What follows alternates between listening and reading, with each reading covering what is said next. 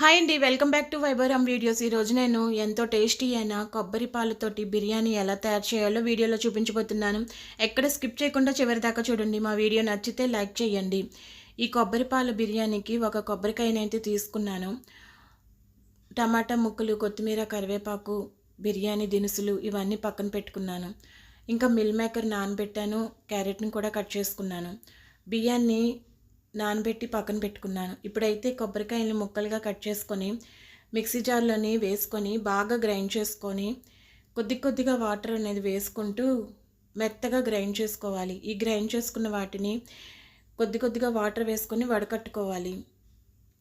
చిక్కగా తీసుకోవాలి. పక్కన పెట్టుకున్నాను కొబ్బరి పాలని. ఇప్పుడైతే స్టవ్ వెలిగించి ఒక ప్యాన్ పెట్టుకొని మసాలా దినుసులైతే బిర్యానీ మసాలా దినుసులైతే వేసుకోవాలి. మన దగ్గర ఏవి అవైలబుల్గా ఉంటే అవి వేసుకోవాలి. నేనైతే చెక్క, లవంగాలు, ఇలాచి, బిర్యానీ ఆకు, ఇంకా నా దగ్గర ఏవేవి ఉన్నాయో అవన్నీ వేసుకున్నాను. కొంచెం జీలకర్ర, జీడిపప్పు కూడా వేసుకున్నాను. సన్నగా తరిగిన ఉల్లిపాయ ముక్కలు కూడా వేసుకోవాలి. కొద్దిగా కరివేపాకు, కొత్తిమీర,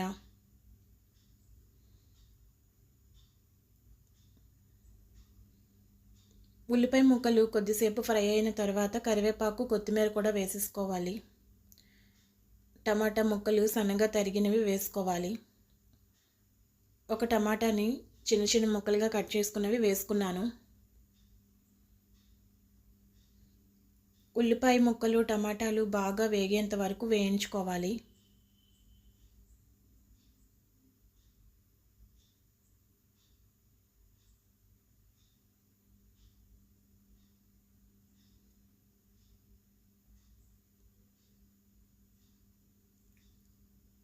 కొద్దిగా నెయ్యిని కూడా వేసుకుంటున్నాను.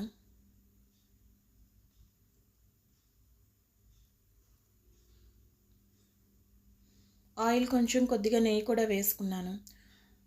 ఎక్కువగా ఈ నార్మల్ బిర్యానీకి అయితే ఎక్కువగా ఆయిల్, కొద్దిగా నెయ్యి కూడా వేసుకుంటాము.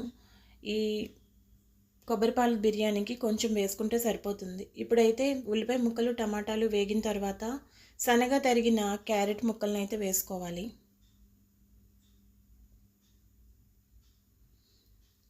నానబెట్టుకొని పిండుకున్న మిల్ మేకర్ని కూడా వేసుకుంటున్నాను.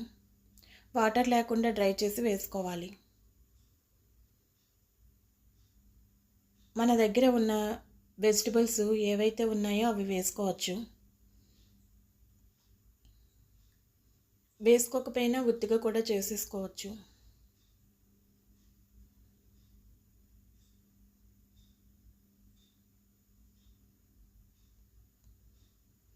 కొద్దిసేపు కలుపుకొని మూతనైతే పెట్టుకొని కొద్దిసేపు వేగనివ్వాలి. వేగిన తర్వాత అల్లం వెల్లుల్లి పేస్ట్ అయితే వేసుకోవాలి. ఈ అల్లం వెల్లుల్లి పేస్ట్ కూడా వేసుకొని బాగా ఫ్రై చేసుకోవాలి.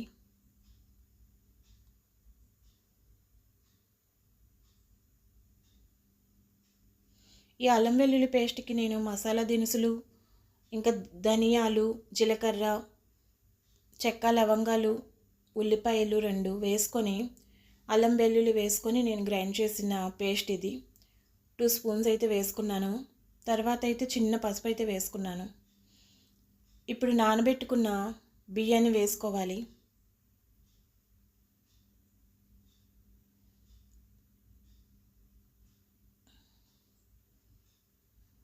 ఒక గ్లాసు కొంచెం బియ్యం అయితే నేను తీసుకున్నాను.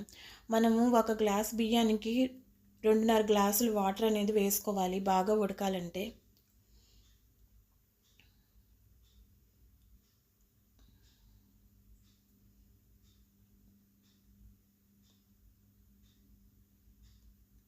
బియ్యాన్ని కొంతసేపు వేయించుకున్న తర్వాత మనం ఇలా గ్లాస్తోనైతే తీసుకుంటున్నాను కొబ్బరి పాలని. 2 గ్లాసులు కొబ్బరి పాలు అయితే నాకు అయ్యింది. నేను వేసుకున్నాను. ఇంకా వాటర్ కావాల్స్తే ఎక్స్ట్రా వాటర్ అనేది వేసుకున్నాను.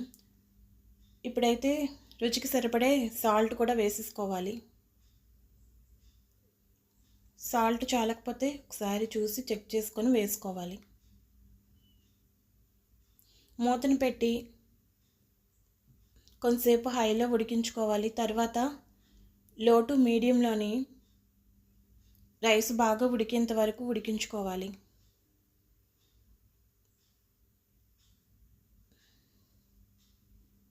రైస్ మొత్తం బాగా ఉడికిపోతేనే బాగుంటుంది.